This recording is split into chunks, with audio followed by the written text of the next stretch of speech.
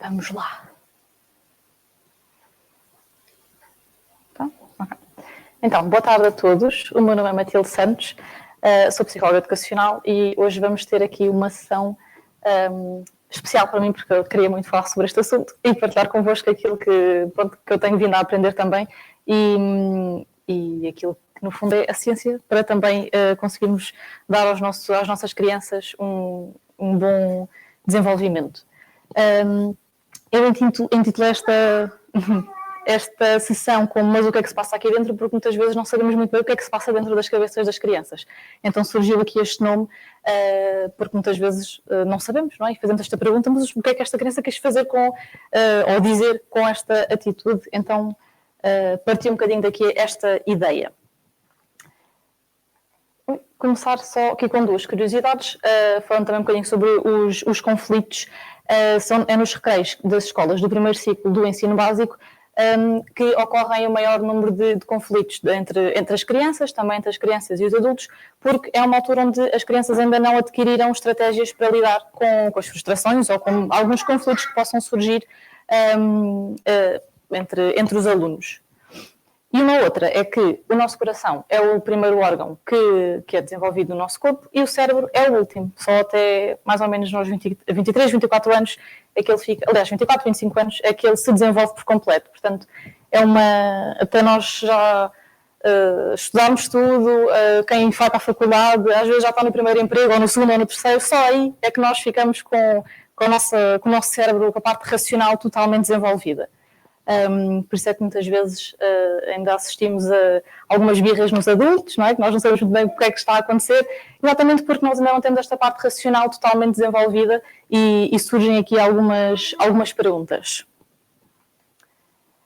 Avançando então aqui sobre também o nosso cérebro, esta era uma teoria que eu queria muito partilhar também, que se chama Cérebro na Palma da Mão. Foi desenvolvida por um professor de psiquiatria americano que se chama Daniel Siegel, e ele é especialista no desenvolvimento do cérebro das crianças e já tem muitos estudos, muitos livros e é por acaso uma pessoa que se aprende bastante com o seu trabalho.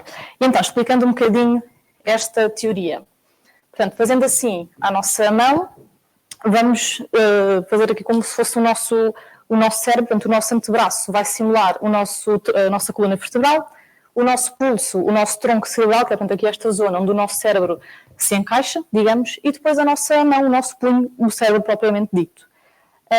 Porque depois também é interessante, temos aqui uma parte mais visual do que é que acontece. Portanto, quando depois levantamos a mão, vemos aqui o nosso polegar a saltar, que vai simbolizar o nosso sistema límbico, que é um canal, digamos, uma estrutura que faz parte do interior do nosso cérebro, que está responsável por regular as nossas emoções. Portanto, a parte mais emocional e se calhar irracional é que a amígdala, o sistema límbico e a amígdala que são responsáveis por regular.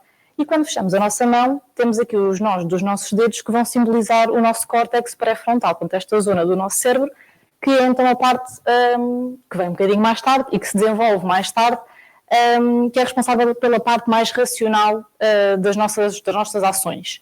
Por que isto é interessante? Podemos já explicar esta teoria às crianças com 4, 5 anos que elas já vão entender, porque muitas vezes o que nós podemos fazer é olha, parece que as tuas emoções estão aqui a mandar e que te saltou a tampa, né? Portanto, o nosso cérebro de cima foi dar uma volta e é aqui o nosso cérebro de baixo, portanto, aqui o sistema límbico, obviamente podemos não utilizar estes termos mais técnicos, que está aqui a comandar e pode ser uma estratégia interessante e mais visual para as crianças perceberem que, ok, se calhar tenho que tomar aqui atenção e pôr de volta aqui a nossa tampa, o nosso cérebro de cima a funcionar, que é então o responsável pela parte mais racional.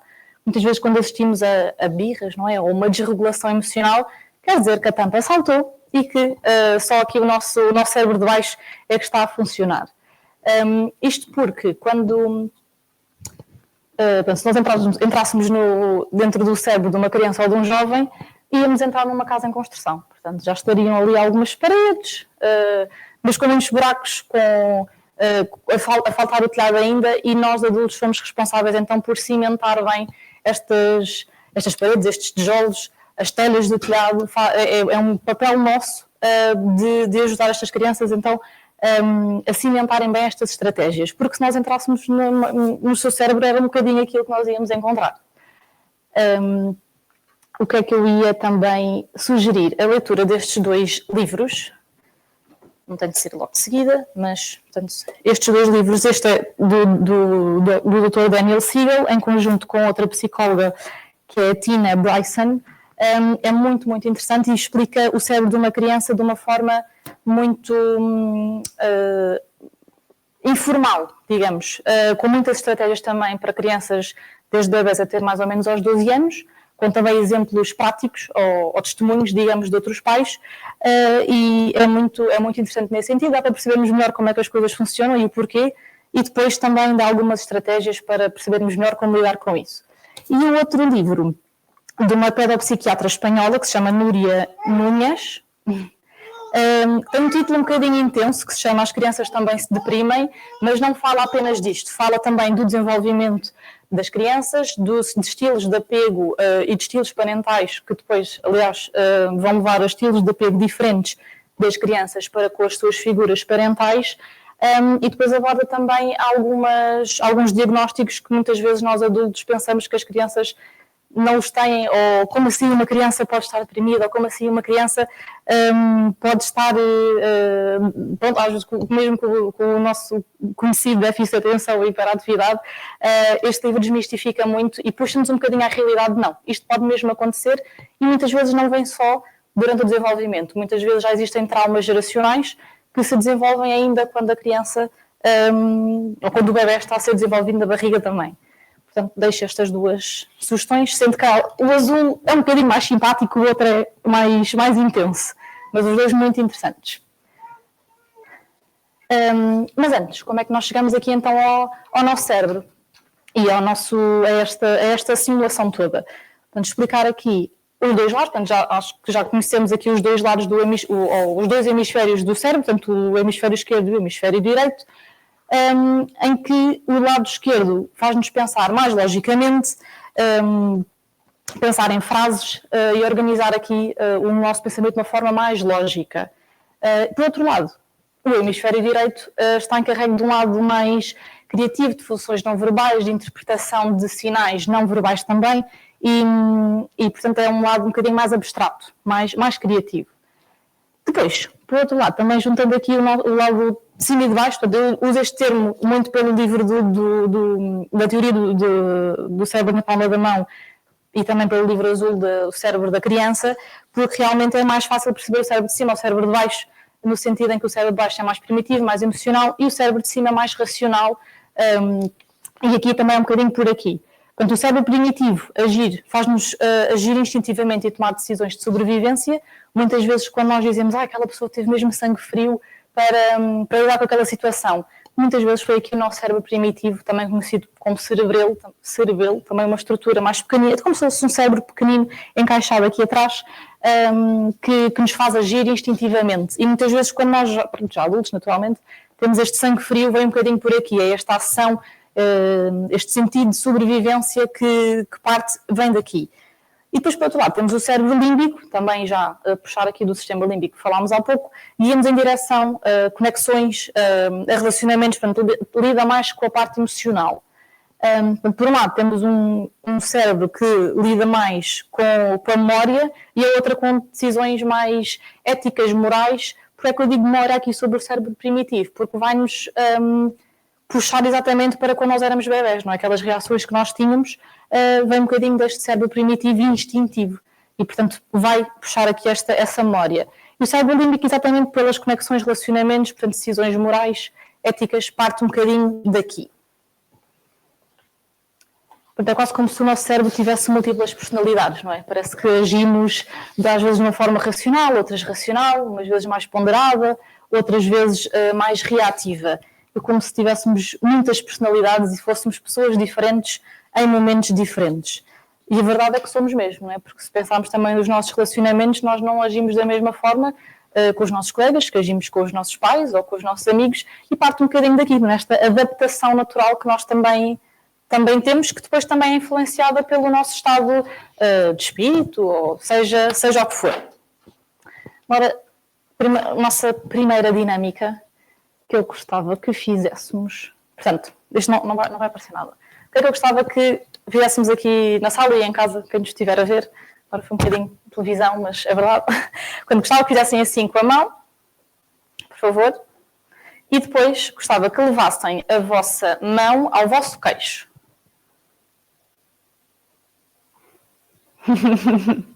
Ao vosso queixo. Exatamente. Ou seja, eu pedi-vos para levar ao vosso queixo, mas eu levei à minha bochecha. E isto é o que acontece com as crianças, elas vão replicar os nossos comportamentos. Portanto, por muito que nós digamos, o exemplo que eu muitas vezes dou aos monitores, aos nossos assistentes operacionais é o exemplo de gritar. Não grites! Estás aí ao fundo, não grites com o teu amigo. E estamos nós a pedir para não gritar enquanto estamos a gritar.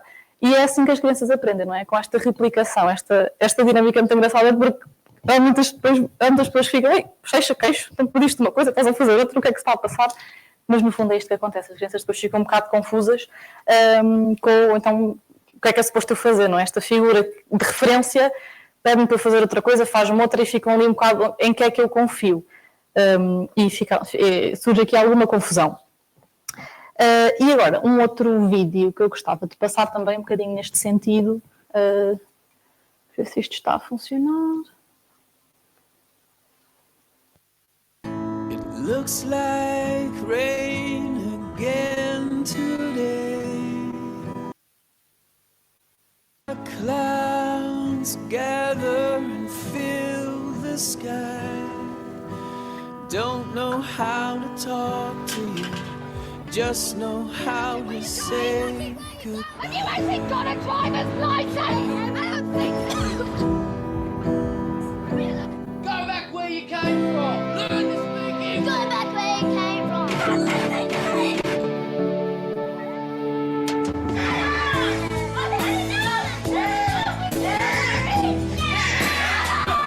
Is that what you think?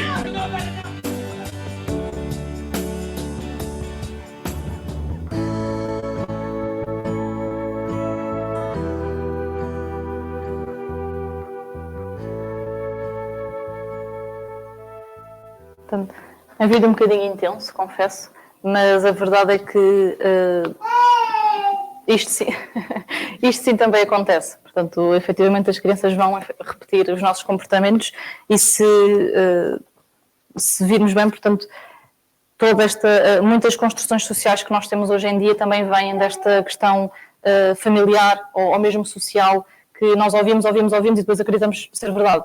Muitas vezes não é assim, depois chegamos mais tarde na nossa vida e percebemos que, se calhar, penso de outra forma.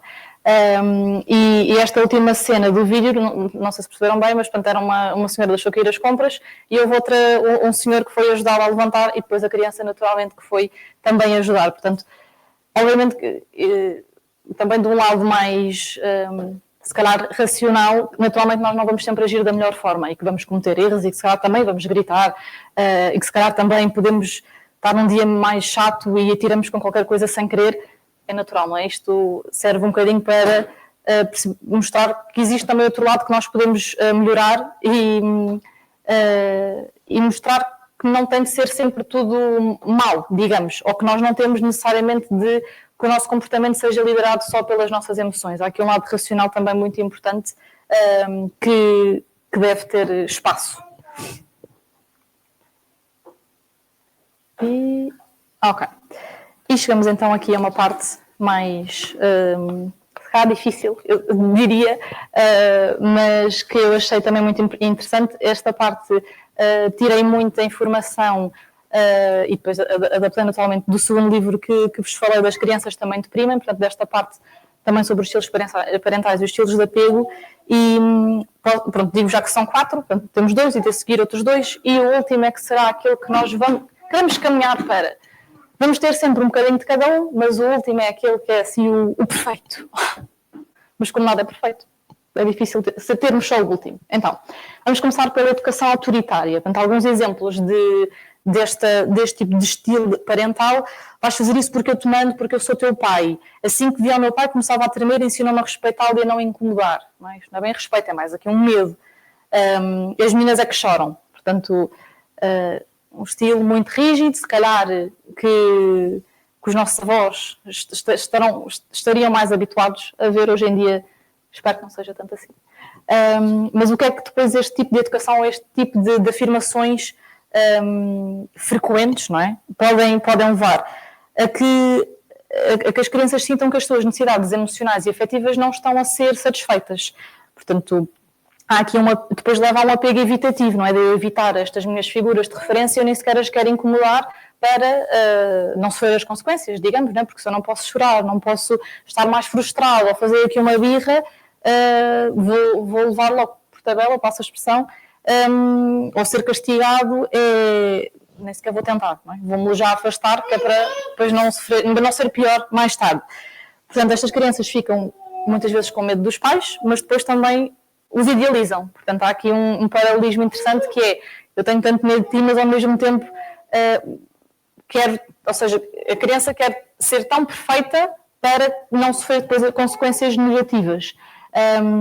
E daí esta idealização que acaba por ser um pouco falsa. Portanto, as crianças o que é que aprendem?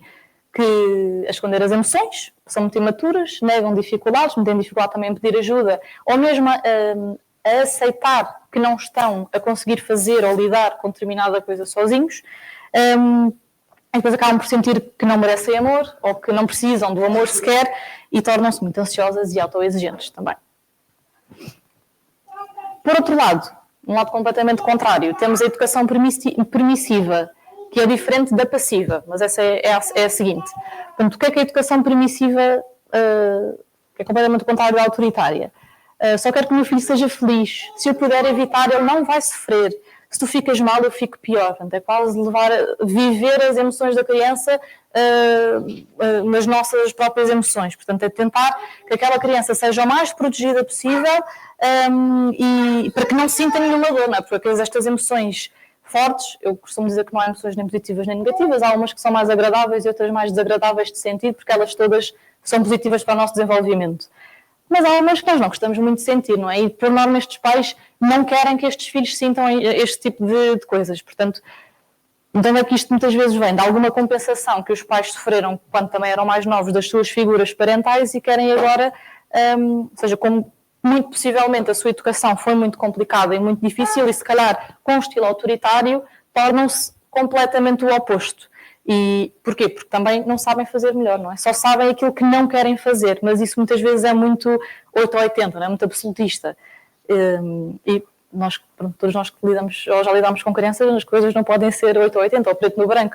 Há sempre ali um espaço para sermos flexíveis.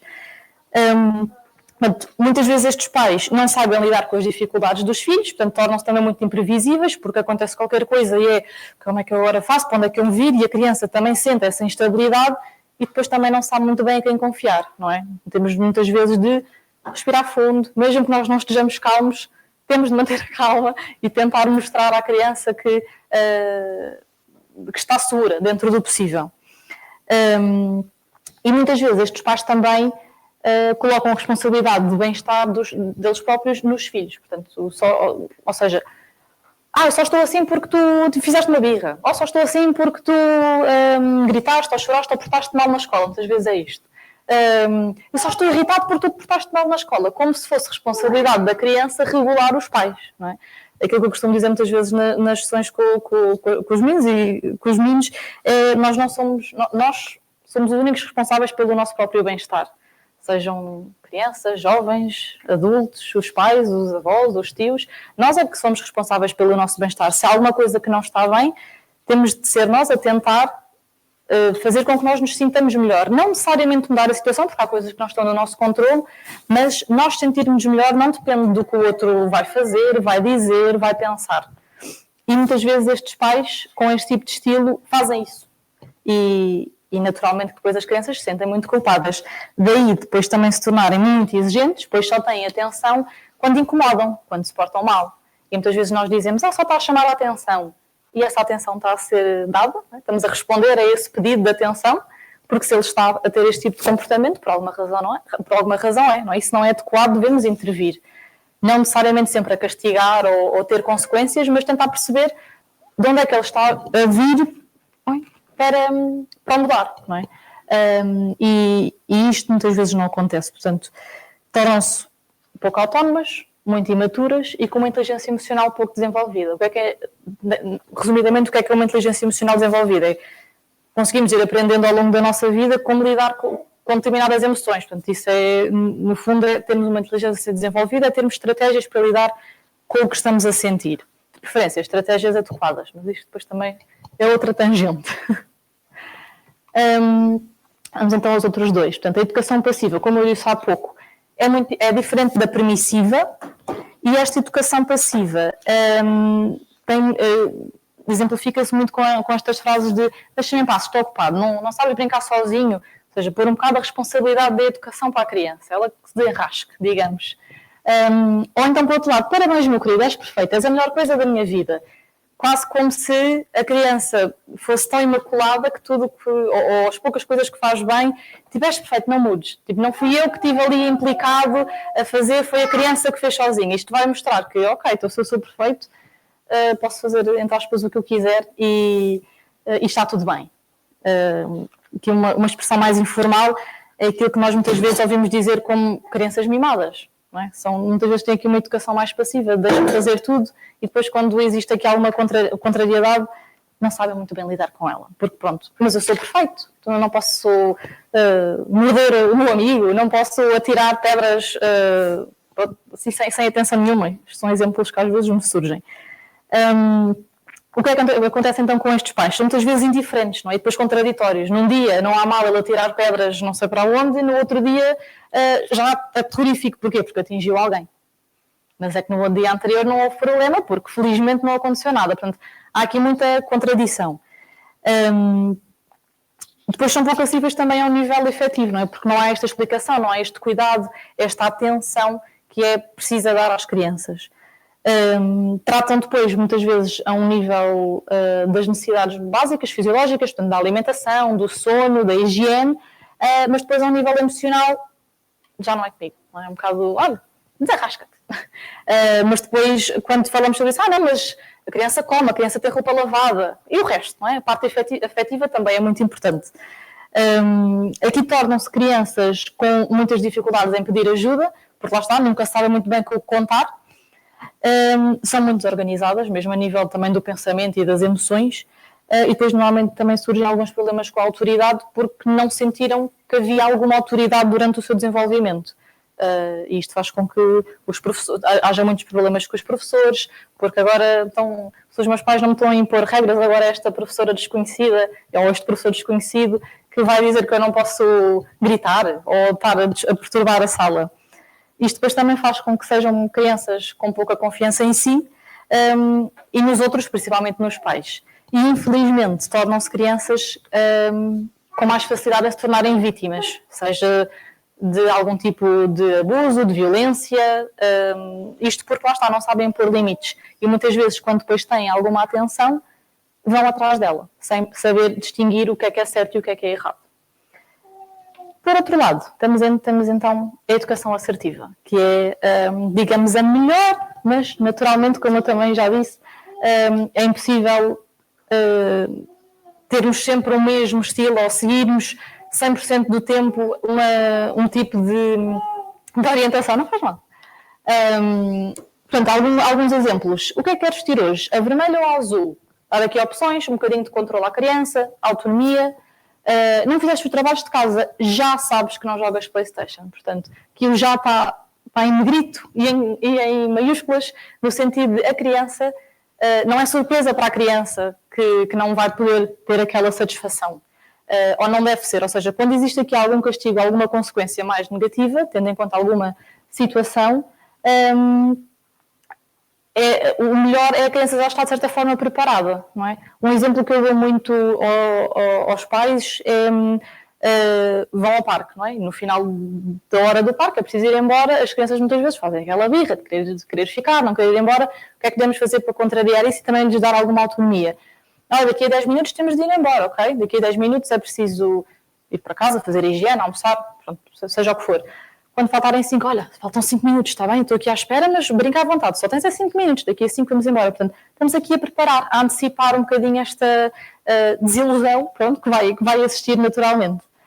E um outro exemplo, estou a ver que estás aborrecido, não há problema, quando quiseres falamos sobre isso. Nós muitas vezes impomos esta vontade de querer saber o que é que aconteceu com as crianças, não é? Ou muitas vezes quando está a acontecer algum momento de desregulação, vamos parar com isso, ou vai já arrumar os brinquedos, e a criança está ali já a entrar numa espiral, portanto está ali a amígdala, o sistema límbico já está ali a subir para ali acima para saltar a tampa, e podemos tentar evitar isto na medida em que vamos acalmar, o que é que se passa, eu sei que estás triste, mas agora preciso arrumar os brinquedos, ou seja, aquilo que for, ter ali um momento primeiro de emoção e depois também não sermos permissivos ao ponto de, ok, vai lá, a mãe arruma, ou o pai arruma, mas de vamos acalmar, mas também responsabilizamos na mesma a criança.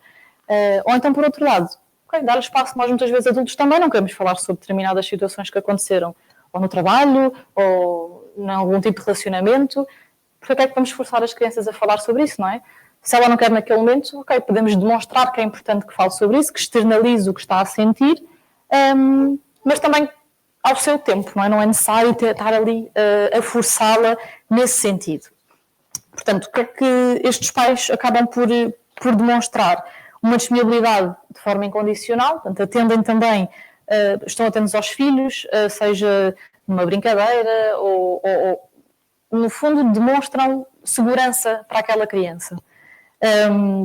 Portanto, atendem às necessidades de educação, alimentação, sono, também as emocionais, que são, assim, muito, muito importantes. Não as mais, mas muito importantes. Mas também são capazes de impor limites e regras. Portanto, dentro daquela parte de acolher as emoções, há também espaço para regras e limites e se calhar alguma rigidez também. E acima de tudo, consistência. Não é? Eu digo sempre, eu acho que das coisas que eu mais digo aos pais é mesmo ver uma rotina, serem consistentes, não só na maneira como agem, mas também no dia a dia. Portanto, haver ali uma rotina que a criança sabe o que está à espera. Obviamente que dentro desta rotina vão haver sempre imprevistos, portanto, isto, nós tentando impô-los ou não, eles vão acontecer, seja porque há trânsito, porque foi um dia mau e nós estamos com menos paciência do que no dia anterior, aquilo que for. Portanto, estes imprevistos vão acabar por surgir, mas tentarmos que haja aqui uma consistência e quando já soubermos que se calhar aquilo não vai acontecer da maneira como estava planeado, tentar preparar. Okay? Olha, afinal, não vamos poder ir ao parque, porque está a chover, ou porque o pai ou a mãe teve uma reunião que ficou até mais tarde no trabalho. Mas depois, e tentar também, de certa forma, compensar de uma forma adequada e educativa, não é? Pedagógica, para, olha, agora não vamos conseguir como estava combinado, mas depois, no fim de semana, vamos fazer outra coisa que tu queiras, dentro também de opções razoáveis. O que é que isto vai trazer? Confiança na relação com os filhos e uma sensação de estabilidade, não é? Que isso é essencial. E, acima de tudo, um apego seguro. Portanto, os outros todos acabam por não trazer isto, mas este tipo de educação leva-nos para lá. Novamente, que é importante, com isto não quer dizer que nós todos vamos dar um grito em algum momento. Nós todos vamos dizer parabéns, meu querido, és perfeito, és a melhor coisa da minha vida. Obviamente que sim, não é porque nós dizemos alguma destas frases que vamos ter este tipo de educação, não é exclusivo para isto. Vamos sempre falar, não é? Aquilo que eu também costumo dizer é que nós todos estamos cá na Terra a primeira vez. Nós como filhos, como pais, como netos também, como filhos e pais, portanto, vamos ter de ir aprendendo aos poucos, não é? E tentar não sermos, lá está, tão 8 ou 80. Neste sentido também, falar um bocadinho sobre a escuta ativa. Eu confesso que ainda tinha um outro slide anterior a este, mas pensei que, como eu falo muito, isto se calhar não ia resultar, mas rapidamente falava sobre a disciplina positiva, que vem um bocadinho neste sentido de acolher as emoções, de sermos mais terra a terra e de colocarmos o diálogo em primeiro lugar e o respeito mútuo não só, para com a criança em primeiro lugar. E depois, falando também aqui uma estratégia mais prática para um estilo assertivo, então temos uma escuta ativa. E isto pode ser aplicado para toda a gente, não exclusivamente com as crianças. O que é que isto significa? Serve para compreendermos as duas partes de uma conversa. Portanto, uma conversa ou conflito, exatamente, e criarmos empatia em relação a elas. Portanto, mostrarmos que estamos efetivamente a ouvir e depois termos ali um espaço para sermos nós ouvidos. É muito útil para que as partes se entendam e vão passando das posições para as necessidades. Portanto, em vez de eu quero que isto aconteça, e outro, não, mas eu quero que isto aconteça, ok. Porquê é que tu queres que isto aconteça? O que é importante para ti? Onde é que nós podemos chegar aqui a um consenso? E como é que nós podemos chegar a isto aqui com 5 passos muito rápidos? Portanto, colocar-se no lugar da outra pessoa para poder compreender o que é que ela está a dizer e a sentir. Como é que nós fazemos isto? Ouvindo, com atenção, não fingir só que estamos ali a ouvir. Em segundo, mostrar compreensão e aceitação através de comportamentos não verbais, como um tom de voz mais suave, expressão facial mais calma, em gestos acolhedores, não é? Eu falo com as mãos, já percebemos, mas naturalmente quando estou nas sessões faço muito esforço para estar mais quietinha, porque eu sou mexo muito os braços, mas quando temos aqui uma conversa mais séria e mais empática, queremos nos mostrar calmos, não é? Muitas vezes aquilo que eu noto é, com o passar das sessões com os meninos, eles às tantas vão-se encostando na cadeira ou cruzando a perna. E muitas vezes quando chegam estão assim, não é? Estão assim com uma postura mais evasiva, digamos, mas não estão encostados, não é? Percebe-se que não estão confortáveis. E o facto de nós nos esforçarmos um bocadinho a estarmos encostados, a estarmos assim, pronto, um bocadinho mais para o lado, a abanar a cabeça, aqui são gestos não verbais também importantes para uma conversa com compreensão, não é? Com uma escuta ativa. Depois, clarificar, portanto, tornar claro o que foi dito, certificar-se que percebeu bem. Esta é mesmo uma técnica que nós utilizamos, só para eu perceber bem. Foi isto que aconteceu. Ou então está a dizer que se sente um bocadinho triste. Ou com as crianças estão, parece-me que isso foi muito chato para ti, não é? Parece que ficaste muito chateado. Tentar clarificar bem o que é que a pessoa disse. E depois, a seguir, fazer seca exatamente esta parte mais emocional, portanto, clarificar, então foi isto que eu percebi, houve esta zanga com o teu colega, ou o professor disse isto e tu não gostaste, foi mais ou menos isto, percebi bem, e no fazer seca, portanto, juntar aqui emoções a isto, pareceu-me que deves ter ficado muito zangado com isso, ou deves ter ficado um bocadinho triste, não é? Às vezes a criança não sabe logo identificar, portanto, podemos pôr logo nós, fazer essa clarificação. E por fim, resumir. Portanto, ok, então só para perceber, porque o resumir é muito, muito importante, principalmente quando é connosco, quando estamos a fazer esta escuta ativa ou a tentar resolver um conflito connosco, ok, então só para percebermos bem, portanto, tu ficaste chateado com isto, eu fiquei chateado com isto, certo? Então, como é que nós podemos resolver? E dar aqui algum espaço para que as duas partes deem opções, não é?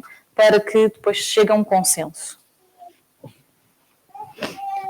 E, neste sentido, segue então a percepção, que é importante porque muitas vezes, quando comunicamos com os mais pequenos ou os vemos agir de determinada forma, vamos nos perguntar, mas o que é que para que ele agiu assim? O que é que queria fazer? Não é? A nossa percepção é, ele não está bem, não é? Isto não faz sentido nenhum.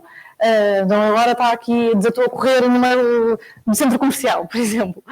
O que é que se passou? Portanto, isto deve-se não só às diferentes percepções que cada um cria de uma mesma realidade, como no nosso dia-a-dia, quando surgem pequenos conflitos que não nos damos conta que existem. Ou seja, este exemplo do centro comercial não foi, se calhar, o melhor, mas, por exemplo, num conflito ou numa situação com as crianças, nós muitas vezes não percepcionamos da mesma forma que eles a mesma situação. E para eles, se calhar, para eles correu tudo bem, não é? Ninguém se chateou, e para nós ficámos assim um bocadinho a questionar-nos o que é que se passa. Ou então, ao contrário, não é? Outra pessoa ficou chateada connosco ou triste, e para nós, tudo ok.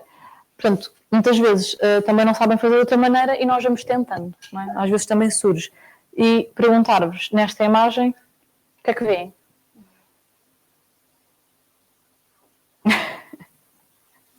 Temos cabeças assim para os lados. Um pato. E se virarmos para o outro lado? Se fizermos a cabeça para o lado direito? Temos um coelho. Ok, portanto, para uma mesma imagem temos duas realidades diferentes, não é? E muitas vezes é isto que acontece, não? Para uma mesma situação, uma pessoa ficou chateada, a outra não, e a situação foi a mesma, não é? Tem a ver aqui com a nossa percepção da realidade. E é importante depois utilizarmos algumas estratégias da escuta ativa para perceber se estamos todos um bocado na mesma página. Estamos todos a olhar para o mesmo e a resolver o mesmo problema. Agora vamos aqui à minha parte favorita. Castigos / consequências. Esta parte foi muito pensada para uma formação para os monitores e para os nossos assistentes operacionais nas escolas, no sentido de eu também tive aqui uma fase em que fui monitora e não me fazia muitas vezes sentido, ou melhor, nenhuma vez me fez sentido colocar uma criança sentada, agora vais pensar um bocadinho no que estiveste a fazer. Não vai acontecer. A criança não vai pensar no que esteve a fazer sem ter ajuda, não é? Porque senão ela não tinha feito em primeiro lugar aquilo. Voltamos um bocadinho à questão dos conflitos, não é? E de pensar e de que as crianças não têm estratégias ainda para resolver determinadas situações. Portanto, para que é que servem então os castigos e as consequências? Não tem de ser necessariamente algo negativo, pelo contrário. Tem a função de demonstrar que os comportamentos têm consequências, okay? E não têm de ser sempre, ou melhor, nunca devem ser agressivos, mas não têm de ser sempre negativos. Pode ser ali um momento de aprendizagem. Portanto, ok. Quando nós queremos realizar determinado tipo de comportamento, nós temos em conta as consequências que ele pode vir a ter, nós adultos. Portanto, é importante nós fazermos com que a criança compreenda isso mesmo, que há determinados comportamentos que vão levar a determinadas consequências. O grande problema é que eles não têm essa noção só por si, por isso é que nós os devemos ajudar a chegar lá. É necessário explicar regras e o porquê delas existirem, seja pelo perigo, pela rotina de higiene que tem de ser cumprida, ou porque há simplesmente ordens que temos de cumprir para o bom ambiente familiar. Aqui adaptei para o bom ambiente escolar. Pronto, mudámos agora aqui um bocadinho o contexto. Aquilo que eu também tento explicar sempre é a importância de darmos significado às crianças, porque é que as coisas têm ou estão a acontecer desta forma. E lá está. Pelo perigo, porque tu podes aleijar, porque pode haver pessoas mal intencionadas, pronto, isto já aqui num caso mais extremo, pela rotina de higiene, porque temos de manter a nossa higiene, não é? Porque podem surgir problemas, ou às vezes porque as coisas têm de ser simplesmente assim, não é? Porque eu vou agora num comboio para o recreio. Então mantemos a ordem, se formos todos espalhados, fica confuso, não é? Algum pode se aleijar, depois o educador pode não ver, ou o professor pode não ver, é importante mantermos aqui alguma ordem. Mais um exemplo que às vezes me surge. Mas é muito, muito importante tentarmos, sempre que possível, darmos algum significado às crianças do porquê que as coisas estão a acontecer. Porque também, não só vai mostrar que nós nos importamos com elas e que elas percebam também o porquê destas coisas, mas também, de certa forma, vão se sentir um bocadinho adultas e seguras, no sentido em que estão a ver este adulto a ter este tempo comigo para que eu perceba, para que eu compreenda. Então, eu posso confiar nesta pessoa e vai levar a uma relação depois muito, muito melhor. Portanto, se há algum tipo de explicação, os castigos podem aumentar, porque a criança não percebe porquê, e mesmo que vá percebendo, vai repetindo, não é? Porque também vai recebendo atenção quando se porta mal, com muitas aspas. O que é que nós podemos fazer, então? Estabelecer regras claras e saber mantê-las, tal como na escola, em casa, também é importante haver regras que já estão estabelecidas, lá está, sempre com um significado ao lado, e também determinar castigos previamente. Há pouco aquele exemplo do já sabes que não podes jogar PlayStation, tem a ver um bocadinho com isto, não é? Quando há determinadas coisas que não acontecem de determinada forma, vai haver uma consequência. E se as crianças muitas vezes já sabem qual é que é, vão conseguir pensar duas vezes, não é? Juntamente também com o cérebro na palma da mão, usar a razão. Portanto, obviamente que isto depois depende de muitas variáveis, não é? Mas num mundo ideal, se as coisas forem mais ou menos geridas de uma forma consistente, podemos evitar estes castigos. É isso que eu quero dizer. E alguns exemplos de castigos que fomentam a aprendizagem, porque acho que, acima de tudo, quero dar ferramentas mais práticas para que possamos, ou para que possam utilizar. Então, alguns castigos, ou tem itálica para ser castigos, consequências, não ser aqui esta conotação tão negativa. Fazer uma pausa junto da criança. Quando estamos a ver que uma criança está prestes a ter um comportamento desadequado, vamos tirá-lo dessa situação de stress para um espaço tranquilo e estar em conjunto com a criança. Principalmente na escola ou mesmo em casa, se nós já sabemos que aquelas duas crianças ou que aquele período do dia é muito instável, vamos tentar, ok, isto vai agora acontecer, portanto vamos tentar que as coisas corram da melhor forma, o que é que nós podemos fazer para também te sentir melhor, mas isto vai ter de acontecer. Ou então, este exemplo se calhar é mais para os recreios e para espaços com muitas crianças, se nós já estamos a ver que aqueles dois que não se dão muito bem estão a entrar em conflito ou estão ali numa brincadeira que pode dar um bocadinho para o torto, vamos se calhar intervir. Olha, meninos, cérebro de cima, não se esqueçam, ok? Com calma, podemos todos participar, esta lenga-lenga, digamos, mas que resulta. Dar segundas oportunidades, portanto, deixar que as crianças tentem novamente, permite-lhes resolver o problema ou mudar o seu comportamento de uma forma também muito autónoma, que também vai desenvolver a sua inteligência emocional. Obviamente que, se for uma coisa muito grave, porque aí não podemos simplesmente dar-lhe uma segunda oportunidade, mas se ela estiver perante ali um problema que não sabe muito bem resolver e que a primeira vez que tentou não deu muito bem resultado, vamos ajudar, não é?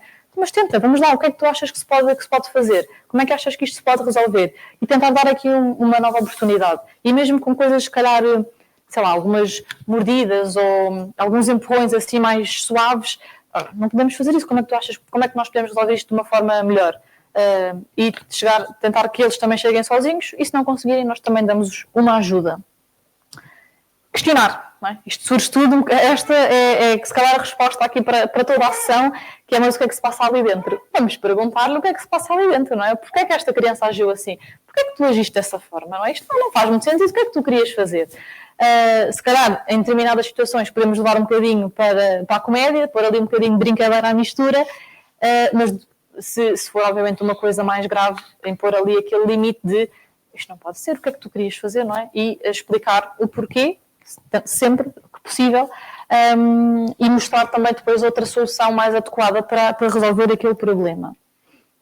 Ler uma história. Portanto, em geral, não tem de ser necessariamente só como castigo, mas no sentido de as crianças externalizarem o que estão a sentir, porque depois também se relacionam com a personagem. Aqui trouxe alguns exemplos. Este primeiro é o lobo que aprendeu a lidar com os seus sentimentos. É uma história também muito simples, que pronto, o lobo não sabia gerir e irritava-se muito, então os seus amigos animais ajudaram ali com uma série de coisas, uma série de estratégias a aprender a ter mais calma.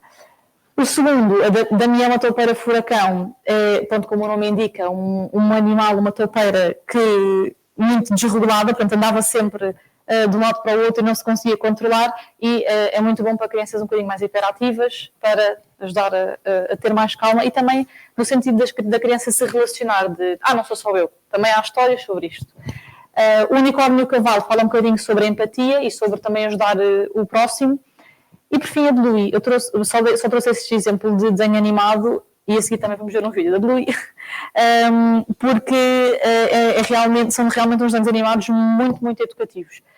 Na medida em que há toda uma boa relação com os pais, percebe-se que os pais estão envolvidos na educação da Bingo e da Bluey.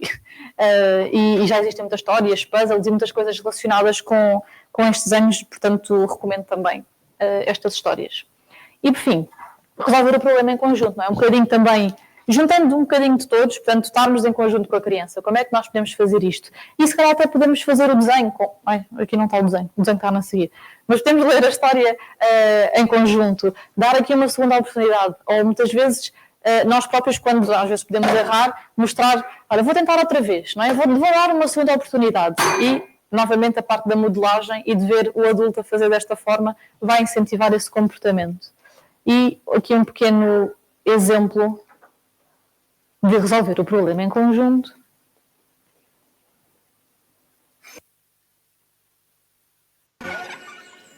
Vê Bluey no Disney Junior. Obrigada. Ok. Portanto, neste exemplo, a ajuda até foi entre os dois irmãos ou as duas irmãs, e não foi necessariamente do adulto, mas muitas vezes também, mesmo em contexto ou de irmãos ou na escola, pedir ajuda a um colega e tentar resolver o problema em conjunto. E aqui foi engraçado que a Bingo, que é a cor laranja, é que incentivou, não é, esta ajuda, deu-lhe aqui uma pista à Bluey para tentar resolver aquele problema. E nós também podemos fazer isto, dar aqui pistas que nós já sabemos que vão funcionar, naturalmente, que somos adultos e temos mais noção do que as crianças, para chegar a uma conclusão. E é um bocadinho este exemplo. Depois, temos aqui mais uns quantos, que é respirar fundo. Tanto a criança como os adultos devem fazer exercícios de respiração para tentar acalmar e voltar ao cérebro de cima. Muitas vezes o que acontece é que nós também agimos com as nossas emoções. Ou seja, ficamos irritados porque a criança ficou irritada ou fez uma birra, ou seja o que for, e vamos agir com o que nós estamos a sentir. E acabamos por não ser o adulto mais educativo, ou mais pedagógico, ou mais acolhedor até. Então, alguns exercícios de respiração. Este aqui está no YouTube, se procurarem respiração do peixe-balão, podem encontrar. Portanto,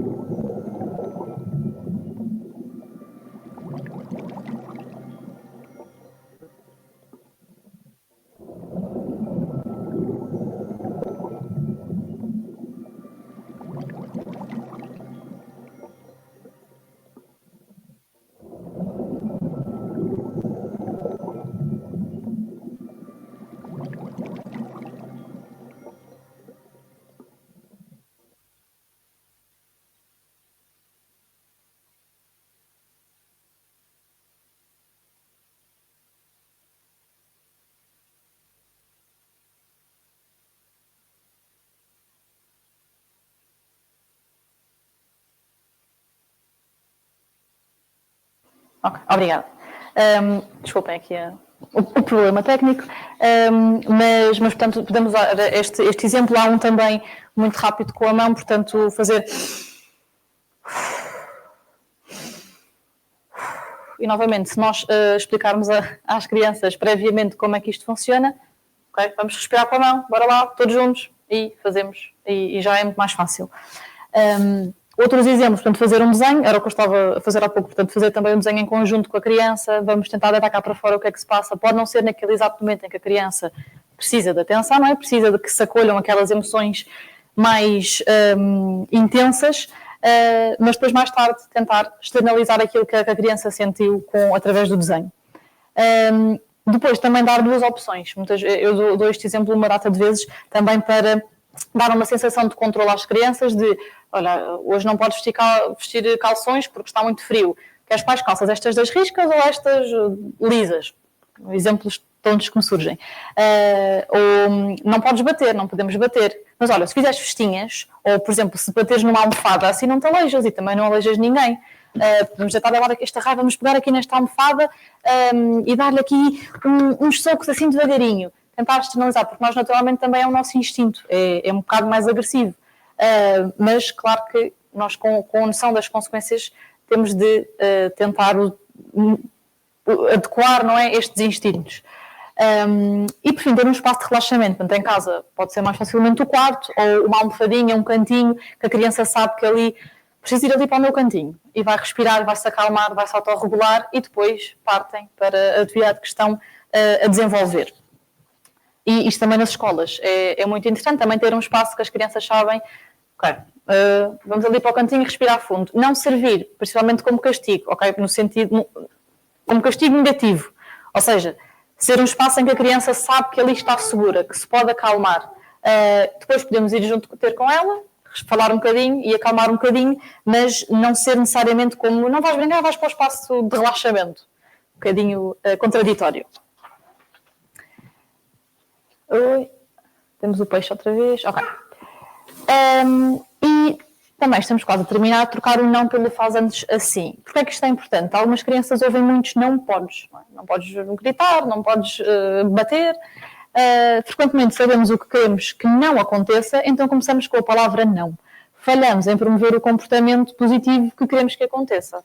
Ou seja, é só não faças. E a criança...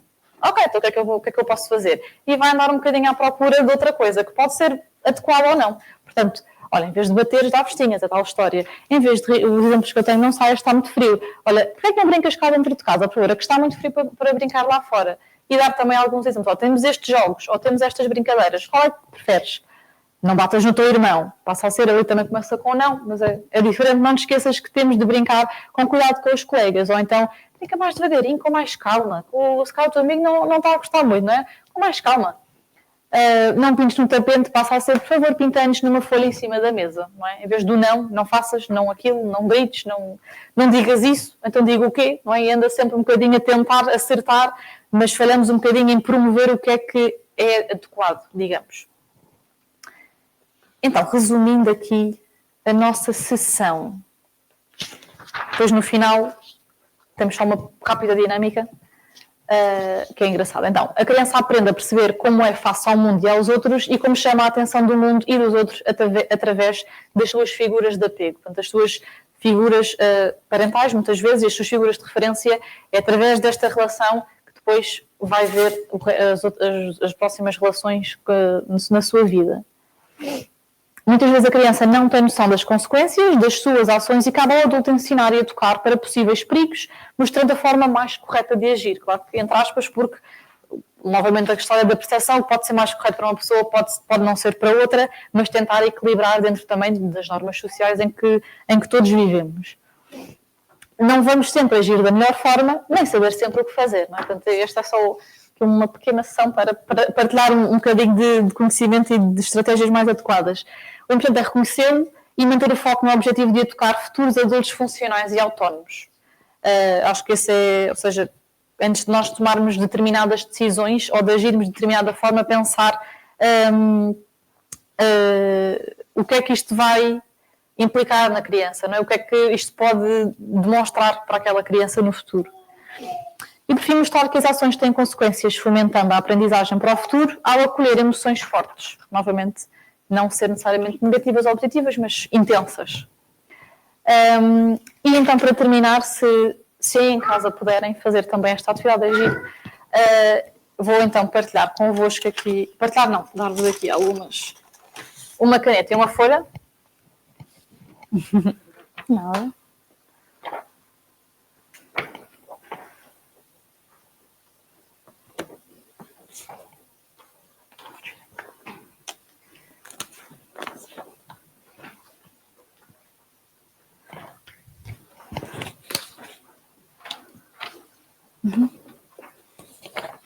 E o que é que eu gostava que fizéssemos nesta folha? Que escrevessem assim na horizontal. Não, vamos dobrar a folha, assim é que é. Dobrar assim a folha ao meio. E na horizontal vamos escrever uma figura, a nossa figura também de referência. Sejam os nossos pais, a nossa família, amigos. Podem escrever mais do que uma coisa.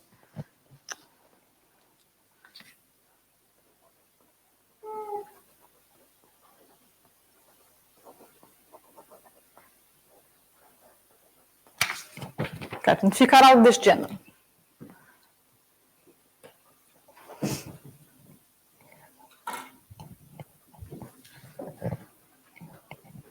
Okay, estamos mesmo no fim. Depois, vamos voltar a abrir a folha. Okay? E já temos aqui a marca do meio. Vamos fazer como se fosse um avião. Portanto, fazer assim esta dobra. Okay? E como está nas imagens. Aqui não consigo.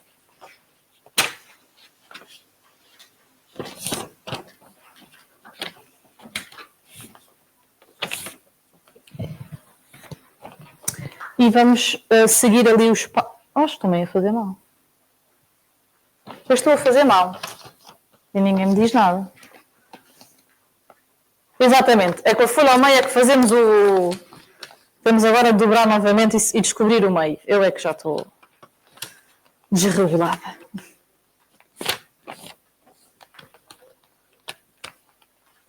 Portanto, é suposto ficar assim. É indiferente.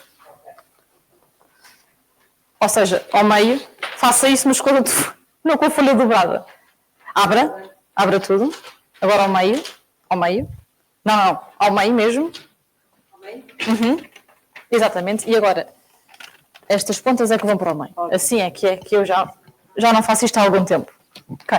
E depois seguir aqui os passos, portanto, esta parte aqui para cima. Esta parte de baixo, esta base, e a outra para o lado de fora, e ficamos assim com um chapéu. Vamos fazer um barquinho de papel, no fundo. Ok, temos agora um chapéu. Depois, vamos pôr estas pontas para fora. Eu prometo que isto vai dar algum lado.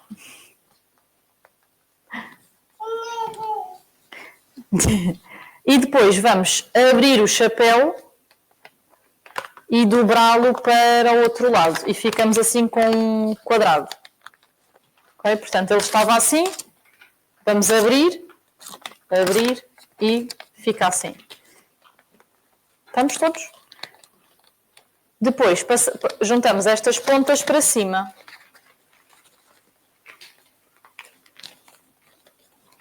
E ficamos com outro chapéu mais pequenino. Assim. Okay. Vamos abrir novamente. E depois vamos puxar estas pontas para fora. E ficamos com um barquinho de papel. Quer ajuda? Ou seja, abra agora. Abra em baixo. Com licença. Assim.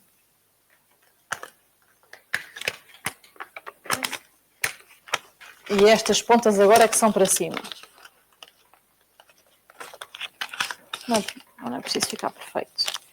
E agora abrimos e fica com um barquinho. E agora porque é que nós temos este barquinho? Porque este barquinho somos nós. Okay? Porque o exemplo nós também damos muito acho que os psicólogos no geral, é que navegamos no mar das emoções e tudo mais. E então este barco, que somos nós, anda a navegar e depois de repente chega à casa e tem uma pilha de roupa para lavar e para passar a ferro. E ficamos logo muito cansados e vamos rasgar esta ponta do barco. Okay? Esta ponta do barco, vamos rasgar a pontinha. Essa parte. Rasgar essa ponta. Exatamente. Portanto, rasgar e lá se vai um bocado e ficamos pronto, já assim com o barco ligeiramente a afundar. Depois chegam os nossos filhos, com o pai, ou com a mãe, ou com o avô, com a avó, e também aconteceu qualquer coisa no parque em que ficaram muito chateados e estão completamente desregulados e nós, ai meu Deus, o que é que se passa agora? E lá vai mais outra ponta do nosso barco e rasgamos a outra ponta.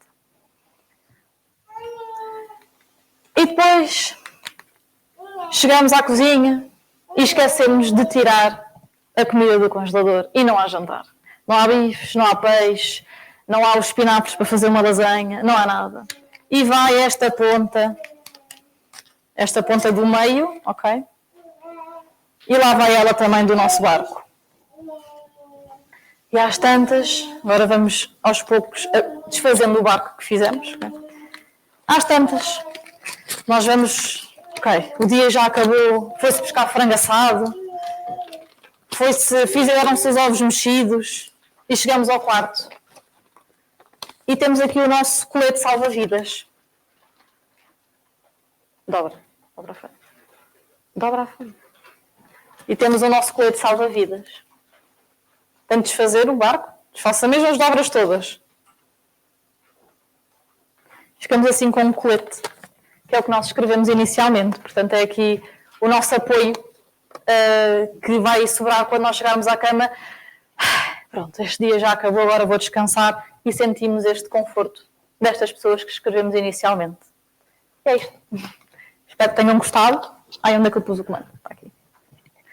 Esta era aqui a dinâmica assim, mais interessante. Temos sempre o nosso colete salva-vidas. E é isto. Não sei se tem algumas perguntas. Não sei se ainda dá tempo. Se calhar não dá muito tempo para responder a perguntas aí. Dá? Ok. Não sei se surgiram na live eventualmente. Ou se tem aqui alguma pergunta.